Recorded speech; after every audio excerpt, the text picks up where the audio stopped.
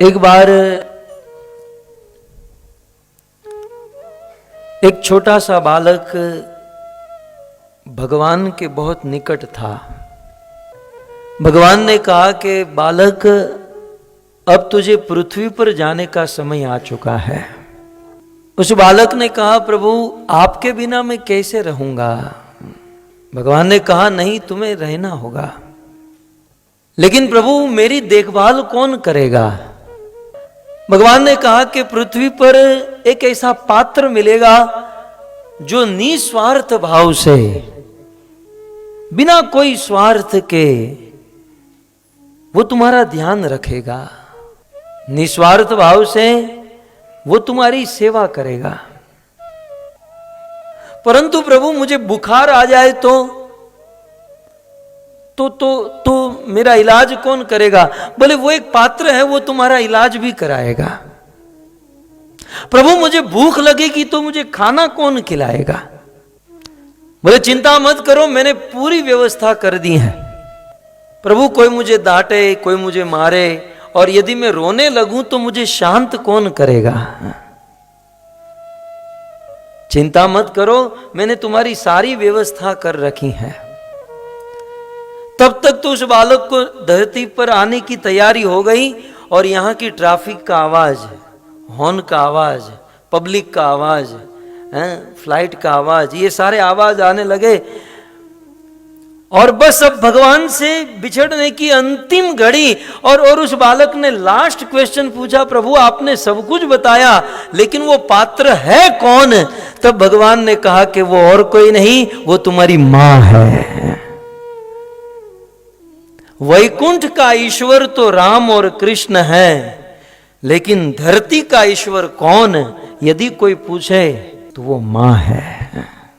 ज्यादा तो नहीं जानते हैं, लेकिन गुरुदेव के मुख से सुना है कि भगवान अपने भक्तों से कैसा प्रेम करते हैं, भगवान अपने भक्तों की रक्षा कैसे करते हैं।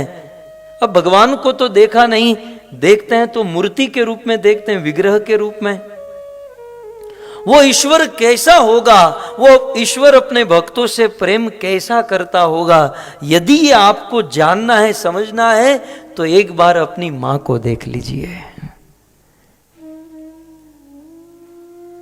मां भगवान का स्वरूप है। मां ईश्वर की छवि मां के अंदर उतरी है।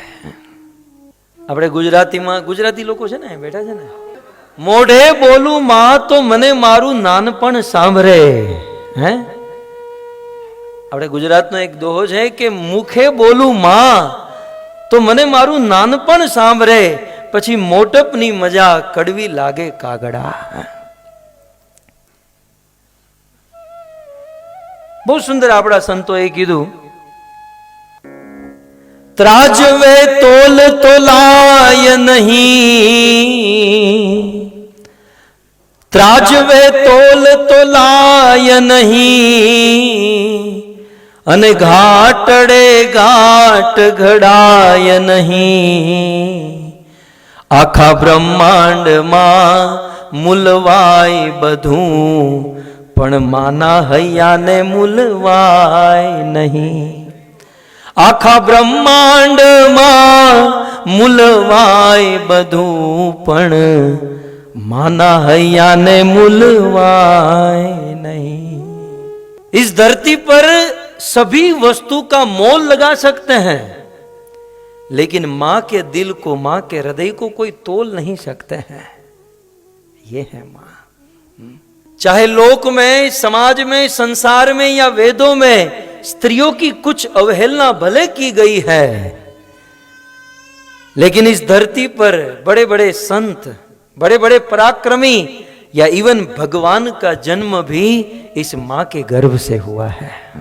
नारी शक्ति की बड़ी महिमा है भक्तों। भगवत गीता के प्रथम अध्याय में ही अर्जुन की सबसे बड़ी चिंता नारी के लिए है, स्त्रियों के लिए है।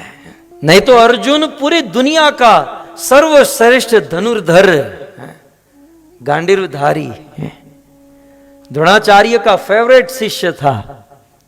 वरदान दिया था कि अर्जुन तू कभी किसी से हारेगा नहीं। और ये अर्जुन कुरुक्षेत्र के रणांगन में बख्तर पहनकर अनेक प्रकार के अस्त्र शस्त्रों से सुसज्जित होकर कुरुक्षेत्र की भूमि में आया और कृष्ण को क्या ऑर्डर किया, सैन्योर उभयोर मध्य रथम स्थापित में अच्युत, हे कृष्ण मेरा रथ दोनों सेना के बीच में लेकर जाओ ताकि नजीक से टारगेट ले लूं, पहले किसको उड़ाना है, बाद में किसको, तीसरा किसको।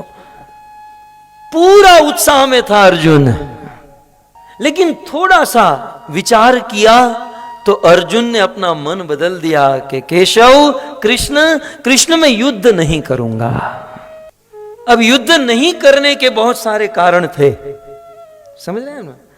कृष्ण ने कहा अर्जुन युद्ध करो, युद्ध करो। अर्जुन एक के बाद एक कारण दे रहा था कि युद्ध नहीं करूंगा, नहीं करूंगा। एक कारण तो बड़ी हंसी आती है। अर्जुन कहता है कृष्ण आप कहो युद्ध करो, अब युद्ध करके क्या मिलेगा, मैं हस्तिनापुर को जीतूंगा, युद्ध करके मैं बहुत बड़ा राज्य जीतूंगा, लेकिन राज्य जीतने के बाद, ये बहुत बड़ा साम्राज्य जीतने के बाद मैं किसको दिखाऊंगा। दिखाने वाले, देखने वाले तो बचेंगे नहीं, दिखाने के लिए। तो अर्जुन के बहुत सारे रीजन थे युद्ध नहीं करने के। उनमें सबसे बड़ा कारण क्या था, स्त्रियां। अर्जुन कहते हैं अधर्म अभिभवात कृष्ण प्रदुष्यंती कुलस्त्रिय स्त्रीषु दृष्टासु वाष्णेय जायते वर्ण संकर। हे कृष्ण मैं युद्ध करूं, लेकिन युद्ध करने से यहां पर जितने भी पुरुष आए हैं सबका विनाश हो जाएगा। यहां पर कई स्त्रियों के पति हैं, कई स्त्रियों के पिता हैं और कई स्त्रियों के बेटे हैं, और यदि इन पुरुषों के का साम्राज्य का विनाश हो जाएगा तो स्त्रियों का ध्यान कौन रखेगा।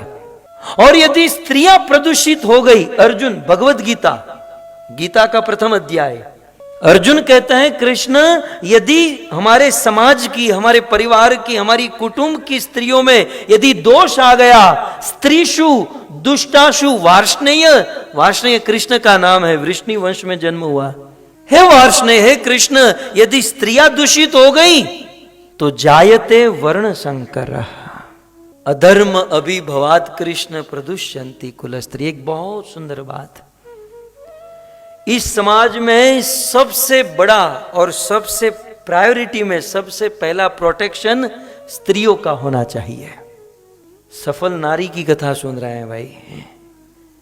सफल नारी बोलने से कोई थोड़ी सफल हो जाएगा, कुछ करना होगा। और सबसे पुरुषों के लिए करने लायक क्या क्या है, सबसे पहले स्त्रियों को प्रोटेक्शन दे। क्या कहते हैं अर्जुन भगवत गीता में, अधर्म अभिभवात कृष्ण। हे कृष्ण, इस संसार में अधर्म जब प्रवेश करता है तो कौन सी खिड़की से प्रवेश करता है जानते हैं? अधर्म को जब आना होता है तो सबसे पहले स्त्रियों को दूषित कर देता है, स्त्रियों की बुद्धि फेर देता है। जिस कुल में, जिस परिवार में स्त्रियों में कुछ गड़बड़ होने लगी, समझो इस कुल, इस परिवार का पतन निश्चित है, क्योंकि अधर्म प्रवेश कर रहा है। और अधर्म प्रवेश स्त्रियों के द्वारा होता है। मैं नहीं कह रहा हूं, भगवत गीता में अर्जुन कृष्ण से कहते हैं अधर्म अभिभवात कृष्ण। जब अधर्म आएगा तो सबसे पहले प्रदुष्यंती कुल स्त्रिय, हमारे कुल की स्त्रियां प्रदूषित होगी। और स्त्रियों को यदि आंच आ गई तो जायते वर्ण संकर, तो वर्ण संकर प्रजा उत्पन्न होगी। और वर्ण संकर प्रजा संकरो नरका येव कुल ज्ञाना कुलस्य च पतंती पितरो येषा लुप्त पिंडो दकः क्रिया। और फिर आने वाली प्रजा संस्कारों को भूल जाएगी। और संस्कार भूलने के कारण हमारे पिता, हमारे पितृ, हमारे पेरेंट्स यदि स्वर्ग में भी गए हो, लेकिन इनके दूषित आचरण से स्वर्ग में गए हुए पेरेंट्स नरक में चले जाएंगे। इसलिए कृष्ण, स्त्रियों का ध्यान रखना अत्यंत आवश्यक है। मैं स्त्रियों को बचाने के लिए युद्ध नहीं करूंगा। स्त्री की बड़ी महिमा है। समाज का उत्थान या समाज का पतन स्त्रियों के हाथ में है। सबसे पहले वीडियो पाने के लिए लाल गोविंद दास यूट्यूब चैनल को सब्सक्राइब करें और बेल आइकॉन को प्रेस करना ना भूलें।